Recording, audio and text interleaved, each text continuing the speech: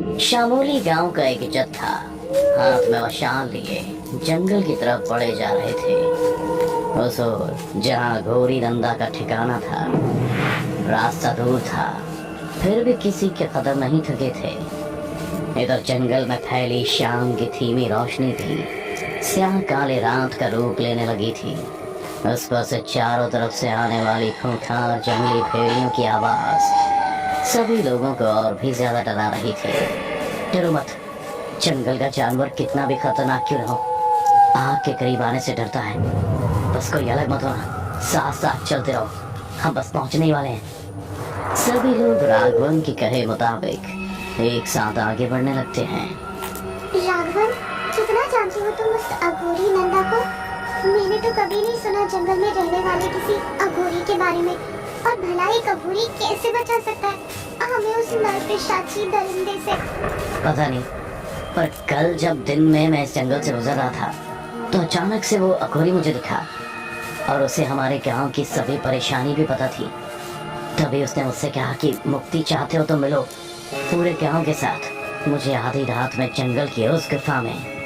राघवन मल्लिका से कह ही रहा था कि इतने में पीछे से यशवंत जोर से चीखा, राघवन बचो, कैमरे से। जैसे ही राघवन ने मशाल अपने बाएं ओर घुमाई, उसने देखा कि उधर एक भेड़िया उसके ऊपर झपटने के लिए कूद चुका है।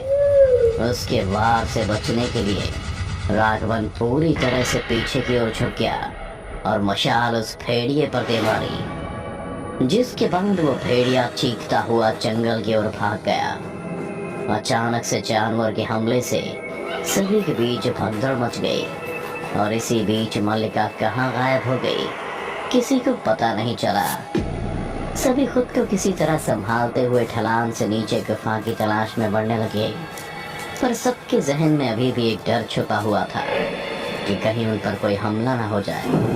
अपने हर कदम के साथ वो कभी मशाल को दाएं तो कभी बाएं करते, ताकि अमावस के इस घनघोर अंधेरे में अगर कोई घात लगाए बैठा तो उन्हें दिख जाए। दरअसल ये गांव वाले इतने दहशत में इसलिए थे क्योंकि एक नर पिशाच ने इन सभी का जीना हराम करके रखा है। इतना कि इस गांव के मंदिर में आरती कम और अर्थी के ढोल ताशे ज्यादा सुनाई देने लगे थे। पर हमेशा से ऐसा नहीं था ये शामोली गांव। ये बीते कुछ महीनों की बात है जब से यहाँ मौत का तांडव शुरू हुआ, पर क्यों ये किसी को कुछ भी पता नहीं था। इसलिए अघोरी को ही एक आसमान सब लोग जंगल की गुफा की तरफ बढ़े जा रहे थे, जहाँ शायद आज से पहले वो कभी गए ही नहीं थे। चलते चलते अब सभी गांव वाले वहां तक पहुंच गए, जहां से आगे अब कुछ भी नहीं बल्कि गहरी खाई है, पर किसी को कोई गुफा नहीं दिखी। तभी राघवन तेज आवाज में सभी को बुलाते हुए कहता है, इधर चलो सब, वहाँ गुफा जैसे ही कुछ लग रहा है। राघवन की तेज आवाज सुनते ही सभी उस ओर ही चल देते हैं, जहाँ अंधेरे में सराबोर एक गुफा का मुंह दिखता है। सिर्फ बाहर नहीं बल्कि गुफा के अंदर भी घनघोर अंधेरा था। किसी की इतनी हिम्मत नहीं थी कि वो गुफा के अंदर जाने की हिम्मत करे। तभी यशवंत बोला, राघवन, आपको सच में लगता है कि यहाँ कोई अघोरी रहता होगा? उस अघोरी ने तो इसी और किसी गुफा के बारे में बताया था। मुझे लगता है कि हमें अंदर चल के देखना चाहिए। तुम क्या कहती हो मल्लिका? मल्लिका, मल्लिका, यशवंत, मल्लिका कहाँ है? राघवन पागलों की तरह सबसे पूछने लगा कि आखिर मल्लिका गई कहाँ, पर उसके बारे में किसी को पता ही नहीं था। सभी की जुबान पर एक ही बात थी, जंगल में हुए हमले के बाद उन्होंने मल्लिका को नहीं देखा। राघवन को समझ नहीं आ रहा था कि वो क्या करे, और इससे पहले कि वो कुछ भी करता तभी उसे गुफा के अंदर से अजीब आवाजें सुनाई देने लगी। आवाजें इतनी भयंकर होने लगी कि पल के लिए उसने राघवन का ध्यान अपनी तरफ खींच लिया और सब आवाज का पीछा करता हाथ में मशाल लिए अंदर चले गए कि तभी भयानक आवाज के एक साथ सैकड़ों चमगादड़ों का झुंड भी बाहर निकला। जिसने राघवन समेत सभी को अंदर से हिला के रख दिया।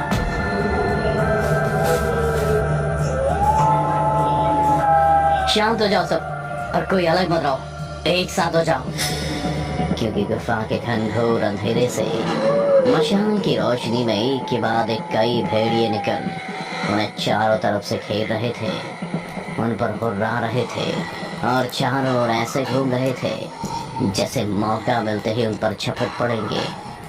उनमें से तो कई भेड़िए झपटने के लिए आगे बढ़ते भी, फिर जैसे ही गांव वाले उसे मशाल दिखाते तो भेड़िए पीछे हट जाते। काफी देर तक सभी गांव वाले इस तरह भेड़िए के डर में घिरे रहे।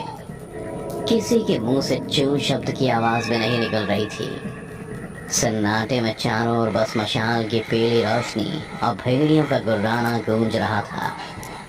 तभी गुफा के अंदर से एक आवाज आई, जैसे कोई किसी चीज को ठक ठक करते हुए बाहर आ रहा हो। जैसे जैसे आवाज तेज हो रही थी, वैसे वैसे भेड़ियों का गुर्राना कम हो रहा था। इधर गांव वाले पहले ही भेड़िए के आतंक में घिरे हुए थे। न जाने अब उनके सामने कौन सी मुसीबत आने को तैयार।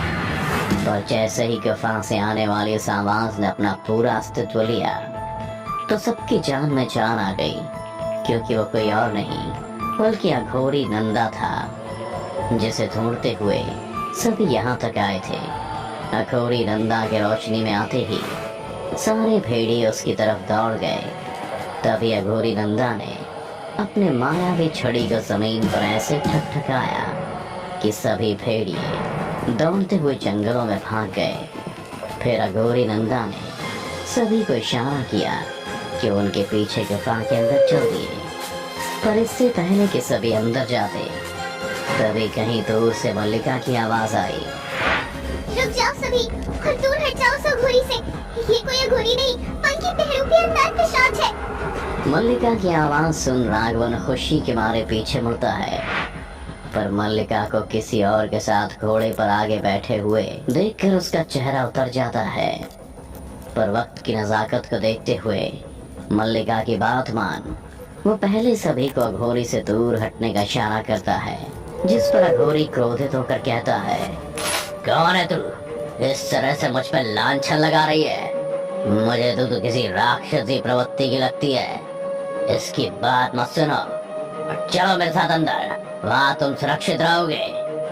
अघोरी ने इतना कहा ही था कि मल्लिका के साथ बैठे उस आदमी ने तेजी से घोड़ा आगे बढ़ाया और अघोरी को चांदी के चाबुक से दागते हुए आगे निकल गया,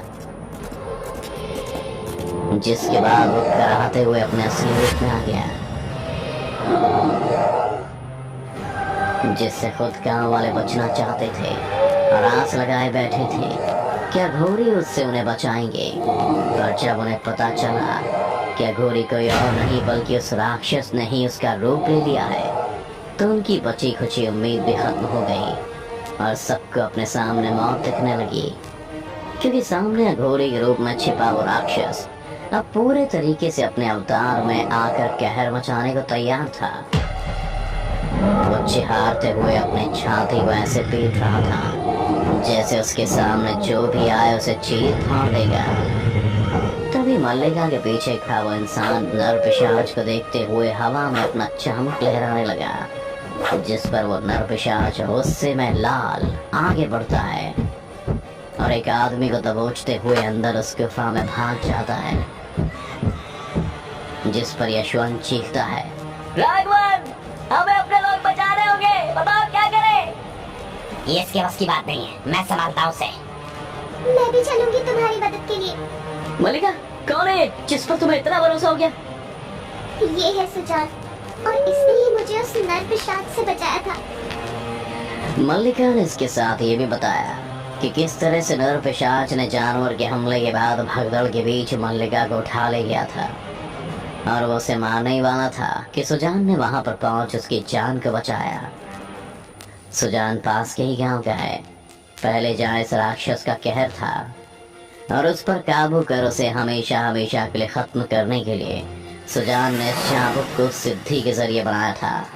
पर वो राक्षस उसके शिकंजे से निकल इस गांव में आ गया, पर आज वो उसे खत्म कर हम सभी को आजादी दिला देगा। मल्लिका उसके बारे में सबको ऐसे बता रही थी जैसे वो इन सभी का रक्षक हो, पर राघवन को ये बिल्कुल भी अच्छा नहीं लग रहा था कि मल्लिका इस तरह से उसकी बातें कर रही है। फिर उसने पूरे गांव के बारे में सोचते हुए कहा, अगर ऐसा है तो जरूर सुजान ही कुछ करे, हम सब उसके साथ हैं। चलो सुजान चलते हैं, आज उसे खत्म करना है। मल्लिका के इतना कहते ही सुजान अंदर चला जाता है और उसके पीछे पीछे मल्लिका, राघवन और यशवंत भी। अंदर जाने पर भी उन्हें वो राक्षस कहीं नहीं दिखा, तो बस गुफा की छत से लटके हुए चमगादड़ जो मशाल की रोशनी से दूर भाग रहे थे, उस राक्षस को ढूंढते ढूंढते सभी बहुत अंदर पहुंच गए थे, पर उन्हें वो कहीं नहीं दिख रहा था। पर जैसे ही वो थोड़ा और अंदर गए, उन्हें रास्ते में वही गांव वाला आदमी दिखा जो नर पिशाच से घायल होकर दर्द से तड़प रहा था। घायल को देख राघवन उसकी तरफ चले जा रहा था कि तभी सुजान ने उसे रोकते हुए कहा, ये अब उतना ही खतरनाक है जितना कि वो राक्षस। सभी को सुरक्षित रखने के लिए इसे खत्म करना होगा। इतना कहते ही सुजान ने अपने कमर से खंजर निकाला और सीने में धंसाकर उसके शरीर से उसकी जान को अलग कर दिया, जिसके बाद घायल हुआ वह शख्स राक्षस में बदल अपना दम तोड़ देता है। तभी गुफा के अंदर उस नर पिशाच की तेज खूंखार आवाज आती है, जिसे सुन सभी की सांसें अटक गई थी। तभी सुजान अपने चाबुक को राघवन की तरफ बढ़ाता है। ये तो मुझे क्यों दे रहे हो सुजान? राघवन, इसे मारना उतना आसान नहीं। बदले की आग में वर्षों की तपस्या के बाद बनाया वो नर पिशाच, इसीलिए उसे खत्म करने में मुझे तुम्हारा साथ चाहिए। तुम उसे इस चाबुक से काबू में लाना, उसी बीच में उसे खत्म कर दूंगा। चलो चलते हैं। सुजान, जो भी करना संभल के करना। सभी एक साथ उस राक्षस के सामने पहुंच जाते हैं जहाँ वो दहाड़े मार रहा था। जैसे ही नर पिशाच की नजर इन सभी पर पड़ी, वो एक झटके में उनकी तरफ दौड़ पड़ा, और इससे पहले कि वो किसी पर झपटता, राघवन ने चाकू घुमाया और उसकी टांगों में फंसाकर खींच दिया, जिसके बाद वो नर पिशाच औंधे मुंह जमीन पर गिर पड़ा था। मौका पाते ही सुजान उसकी पीठ पर चढ़ गया और उसके गले में खंजर दे उतरा, जिसके बाद वो दर्द के मारे चीखने लगा और छटपटाने लगा।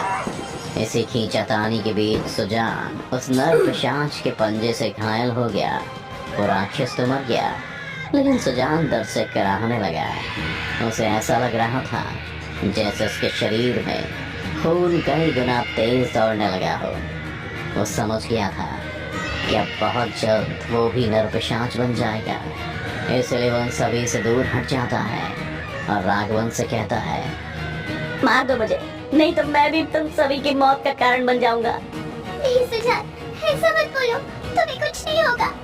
मल्लिका की बात सुन दर्द से कराहते तेज आवाज में सुजान कहता है, यही मौका है राघवन, खत्म कर दो इस नर पिशाच की कहानी को। उठाओ खंजर और मार दो मुझे। राघवन ये करना तो नहीं चाहता था, पर सभी लोगों की भलाई के लिए उसने खंजर उठा लिया, पर मल्लिका उसे रोकने लगी थी।